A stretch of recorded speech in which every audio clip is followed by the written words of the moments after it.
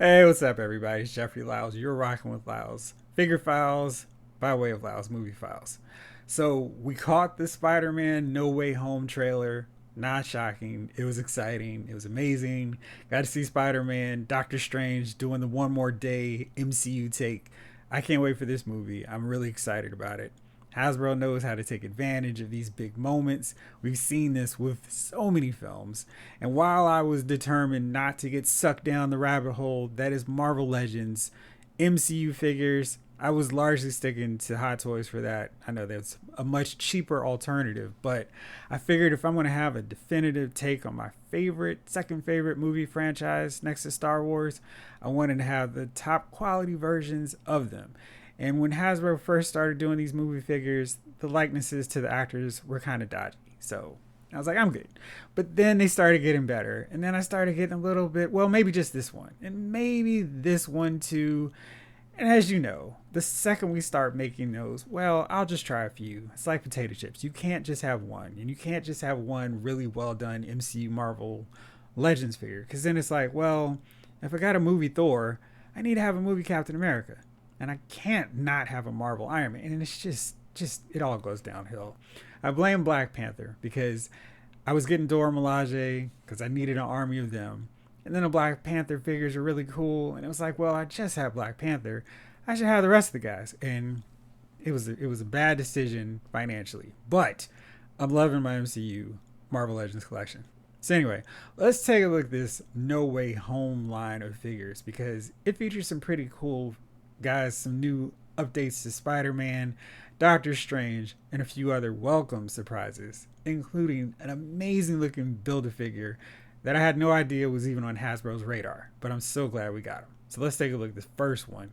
It is a Spider-Man. It looks like a brief variation of the Iron Spider outfit. I am not a costume expert by any means, so I think this is the standard Iron Spider look that we saw in Avengers, Infinity War, and Endgame, and I guess a little bit of Far From Home. But it looks cool. I don't have this outfit, so I'm glad to have it in the collection. So nothing more to say on that one because we've already seen this one. The next one is a really cool black and gold attire. And it looks like on his forearms, some Iron Man nanotech armor is kind of seeped into the costume too. So maybe this is how Spider Man is traveling through the multiverse. I don't know. I like this outfit. It kind of has that same vibe as a stealth look from the Far From Home attire. Was it Night Monkey? And I like the gold, the way that shines. It kind of reminds me of one of those outfits on the Marvel Spider-Man video game. That great one if you haven't played it yet.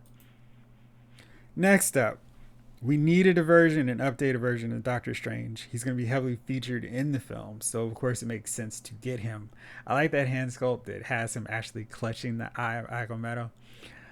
I'm curious though, is the time stone still included in that orb, or is it just not working the same way anymore? But it's there, he's holding it, and the likeness to Benedict Cumberbatch is so much better than the two previous versions we've had so far of him. I really like this. Doctor Strange is one of my favorite of the newer MCU additions, so I'm glad to see him get a really cool figure. And he also has these magic effects. The outfit still looks good. I am curious how flexible or posable he'll be with that big skirt and what looks to be a pretty bulky cape. So we'll see. This will be my first Doctor Strange figure, so I'm curious to see how it works out. Next up, we get the Jonah Jameson. And I'm always happy to get new figures in suits because they work well just as background civilians.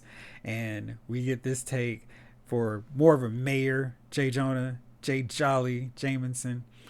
I am very curious to see if I can take that old head sculpt from the Spider-Man 2, I think it was, figure now, and see if that works on that because that was a really good likeness to J.K. Simmons with the flat top of Jonah, which is kind of my version of Jonah. I mean, we still get the gray temples. I know a little bit about that, but it's that bold thing. So it's kind of a neat portrait of him, and I'm looking forward to seeing more of Jonah in No Way Home, which of course in this figure definitely looks like will be the case. It's a different suit body At least I think it's different from the Mark Ruffalo Hulk. Now I think about it, it's got a closed button, but it's got the shirt hanging open, so you can see that, and it's got the pointing hand and a calm and angry expression, so he can go off and tell everybody how Spider-Man is a menace. Then we've got Moreland, and he is a comic book figure, and this is a cool looking guy. I think there's some slight alterations from the Hellfire Club, Shaw and Pierce. I haven't looked at them, of course, before I started this to do a direct comparison, but I think he's using a lot of their parts, which makes sense because it's another Victorian era style character, or at least with the outfit. But I like the hands with the little globe or gems to go after the spider people. This is a great addition to the line if you've been collecting all these variations of Spider-Man like I have. So you got somebody to go after them. So make sure to keep your Captain Universe Spider-Man far, far away from this guy. I wonder if we're going to see a few more of his family as well, because this is a good main Into the Spider-Verse villain to have as a centerpiece of your collection. So we've got him. He looks really cool.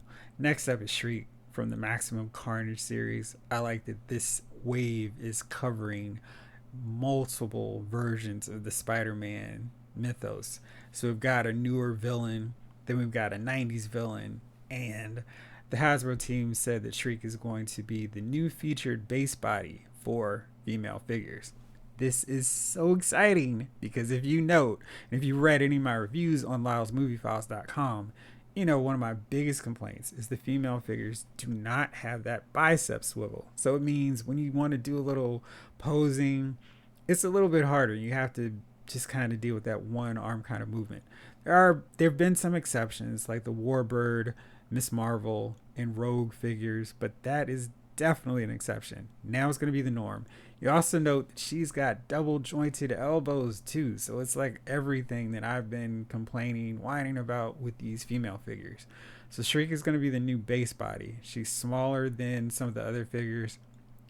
This, of course, makes me go, how soon before I start complaining about, hey, we need a new Sue Storm, Jean Grey, etc. with this new base body with all this extra articulation.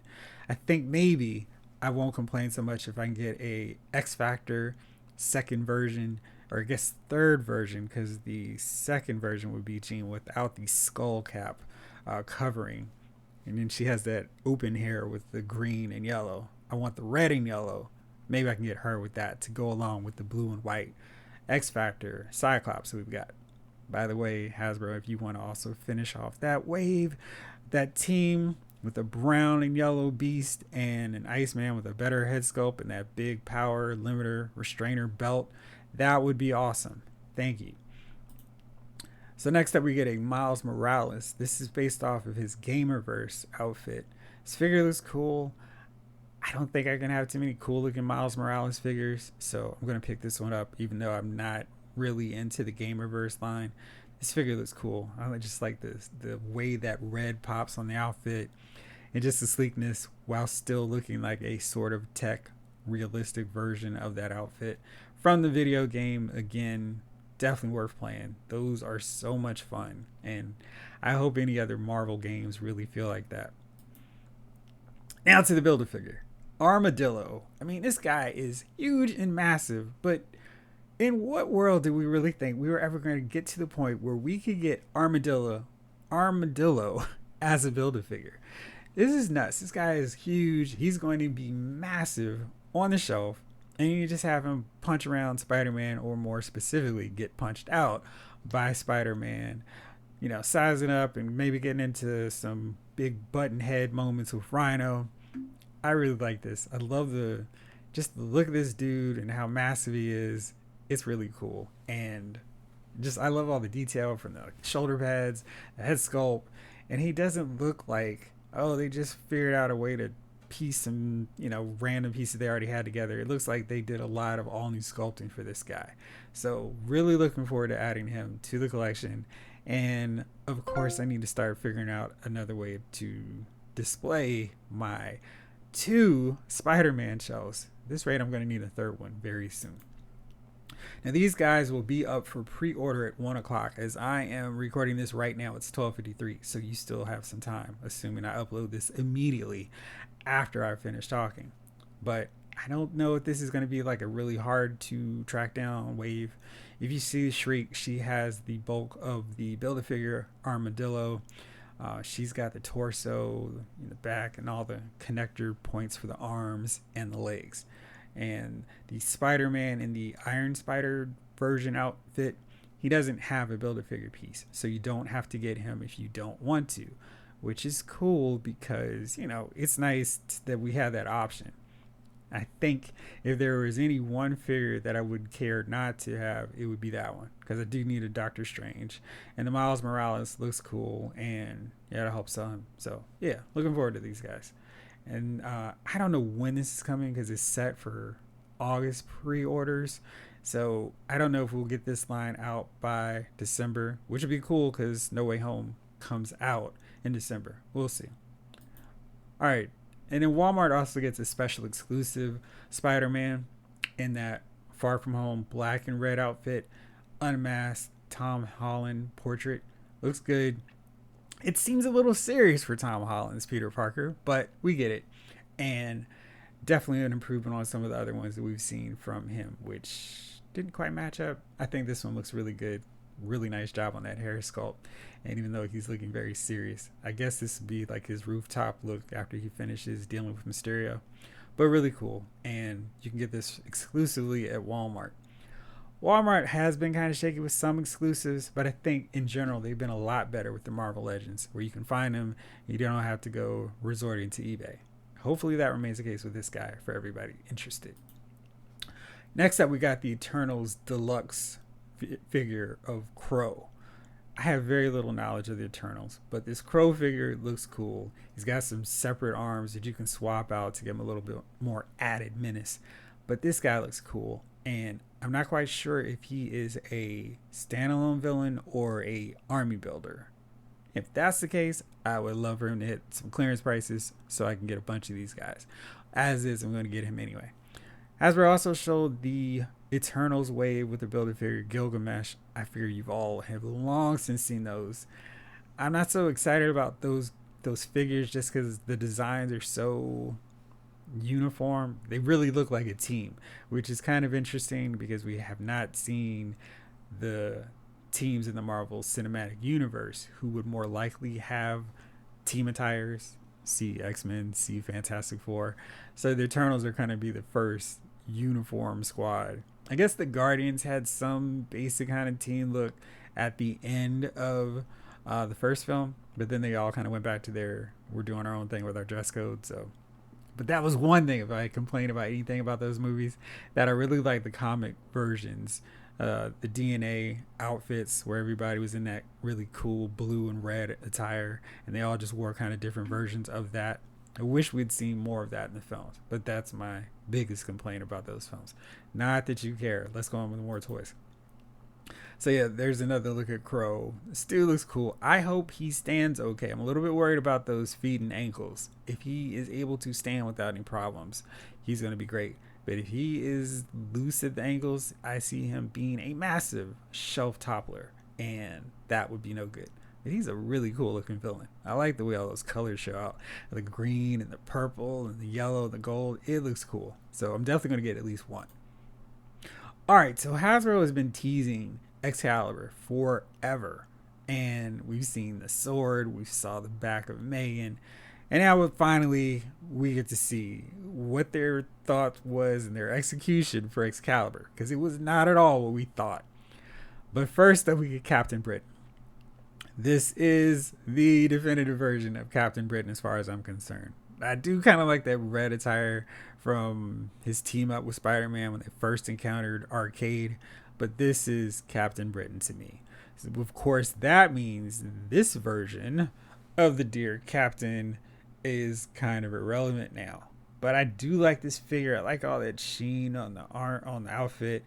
It looks cool, but he's about to be replaced. I wish other characters from Hasbro would get replaced. Hey, Banshee. Alright, so great looking job on him. He looks bulky, looks big, looks like the heavy hitter of Excalibur that we needed. And I think they did a really nice job on him. Next up is Megan, and we saw the tease of her hair. She looks great. I love that head sculpt. She looks cheery. She is definitely not a snarling, angry looking character all the time. Smiling is much more her default, so I'm glad they went with that portrait. Maybe this is a case where they could go with an alternate one, but that hair looks like it could cause some problems. I'm glad they went with the big, voluminous amount of hair because that's kind of her trademark. Also worried that with those ankles, if she's going to be very top heavy, or if she can stand. If she can stand without falling every other day, it's going to be a big win and a big triumph for the Hasbro team with me on this one. And there's a close-up, really looking good. Yeah, and you see her little ears with the points, and it kind of gets that, yeah, there's a little bit more to her than meets the eye, but she's not a Transformer. Her outfit kind of reminds me of Cersei a little bit, so if I wanted to do a comic one and wanted to stand, and I guess I could use that one. Next up, though, is probably my favorite of this set, Shadowcat. I've wanted this version of Kitty Pryde since forever. I've always thought this is her best outfit. This gets me a little bit closer to that punk rock 80s phase that the X-Men were in when John Romita Jr. was drawing them. I love those outfits. That was the looks of the team when I first started reading X-Men. And if you don't remember, I've said this a couple times on other podcasts, but my first exposure to X-Men was like 3 or 4 issues before Mutant Massacre. And it was like, oh my gosh, these guys are getting like wiped out. So it made the Marauders just a memorable team for me. I would love to get a box set or just for Hasbro to start cranking out those guys because they had such an impact on me as an X-Men fan because it really put them up against the wall and just made them completely vulnerable. From there, I started going into the classic X-Men and then catching up and falling in love with that giant size team, Storm, Cyclops, the second edition of the team. That's kind of one of the most iconic versions of comic book history. So anyway, Shadowcat's here now. She comes with a repaint of Lockheed that came with the first series, the Juggernaut Wave, Kitty Pryde. It seems so long ago now. Really like that head sculpt. It captures Kitty's innocence, and I think they did a really, really nice job. So now this means the Colossus with the second attire, punk rock version Rogue, really shoots up high on my list of team members to complete, in addition to Rachel Summers' Phoenix. And I was fully expecting with this live show to see a panel of, hey, here is the next set. But we just get a box set of these guys. So it's 3. It's Captain Britain, it's Megan, it's Shadowcat. Nightcrawler we don't need as much because we got a really great version. I'm hoping whenever they get to Phoenix, they include a mullet version of Nightcrawler. But that's what we got. So I'm looking forward to it. The Hasbro team heavily hinted that this is going to be at PulseCon in October, which is exciting because that's my birthday month. So I'm looking forward to doing a lot of pre-orders for stuff that I'll get much later on down the road. But that Excalibur set is definitely one I was looking forward to getting. So I can't wait to see those guys. But Shadowcat, it's going to be kind of this weird kind of deal for me in terms of display. Because I want to have my 80s punk rock X-Men squad. And I guess I'll put the remaining Excalibur members, which in this case will just be Captain Britain and Megan, off slightly behind the setup with Phoenix 2, Shadowcat, and Nightcrawler. But yeah, that's a good problem to have.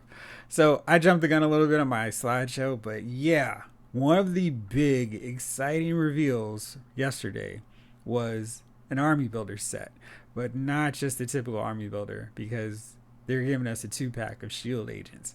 I was just fiddling around with my very minor SHIELD collection of Nick Fury, 1 SHIELD agent with the helmet sculpt that you see there, and Sharon Carter. Now I'm going to have a massive SHIELD collection, and I am very much looking forward to adding to the ranks. So you see here we got the slightly different versions, one with the silver faceplate, another with the red, I guess that's more of a visor, helmet. They all come with multiple weapons, but the really cool thing with this is they've also included other portraits. So we get a black portrait. I kind of feel like there was a shield agent because my shield knowledge is kind of sketchy. But there was one called Gabe, I think so. So we've got a black agent.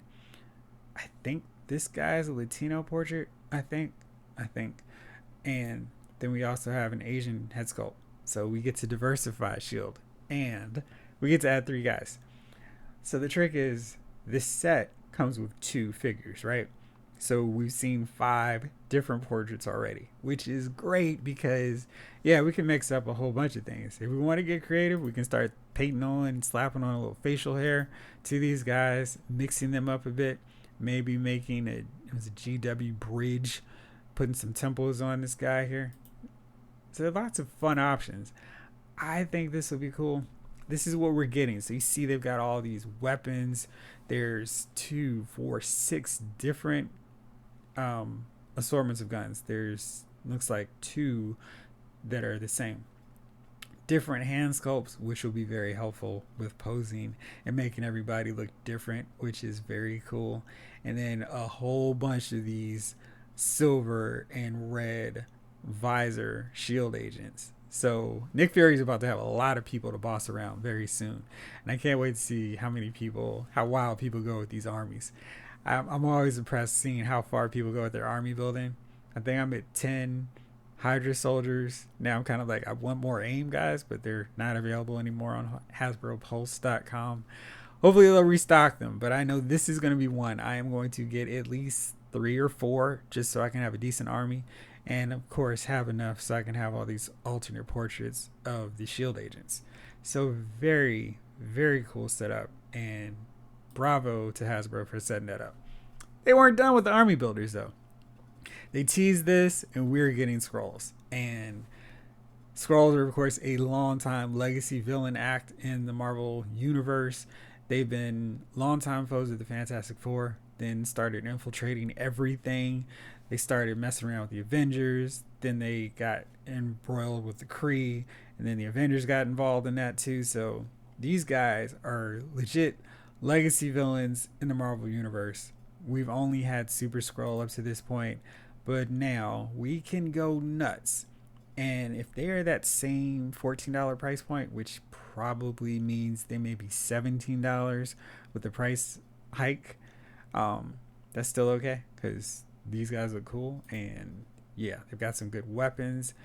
I'm gonna go nuts buying these guys. I think this could be my biggest army because the Skrulls are just legit a whole fighting force that fight all of your favorite heroes. So yeah, that shield display could look real. Shield, the Skrull display could also look very impressive.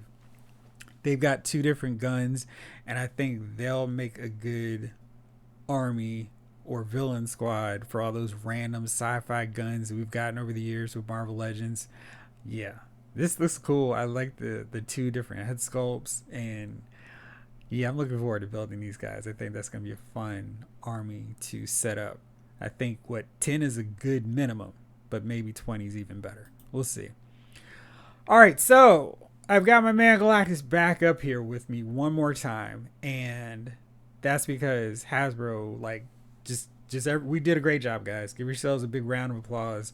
We got Galactus. The HasLab Galactus is fully funded. This guy can now go be retired and just stand over menacingly the Marvel Universe figures from which he was actually created.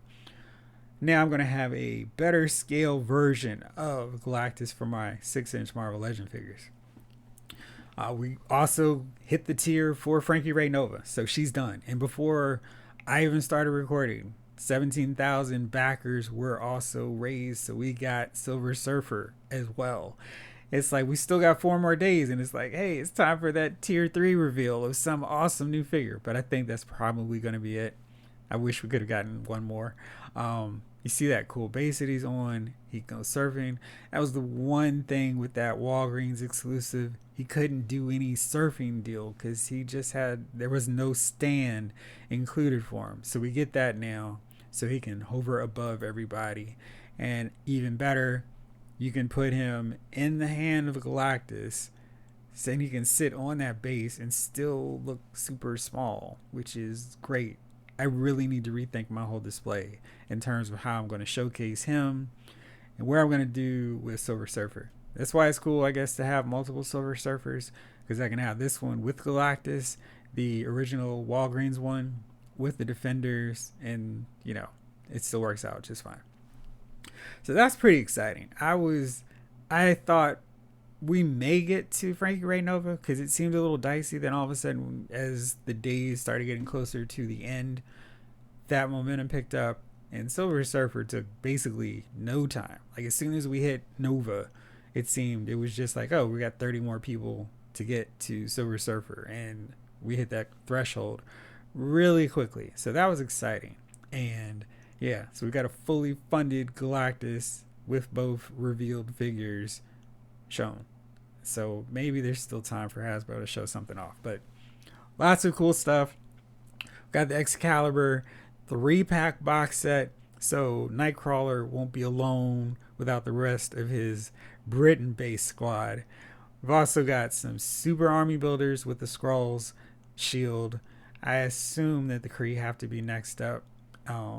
So yeah, I think at that point we'll have most of the main armies built up, or the main army builder potential figures done. Maybe they'll start doing some like street gangs kind of things for your Daredevils and Punishers to beat up on, maybe even Electras. But yeah, don't forget that Hasbro Build-A-Figure Armadillo Wave is up for pre-order. I'll put the links up in this episode as well, so if you just want to get it from there and help me out, that would be awesome. But that's it. So yeah, we got some cool stuff coming from these guys.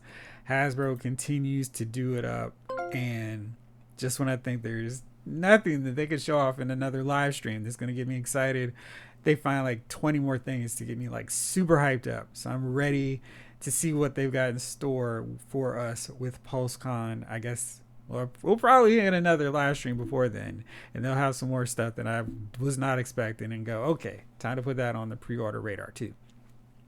So that's it for now. I'm going to be back very shortly with another one, talking about my WWE reveals. But I just want to give you a quick heads up, show you one figure that I've got coming up very soon on the radar that's within the Hasbro family, but not Marvel Legends.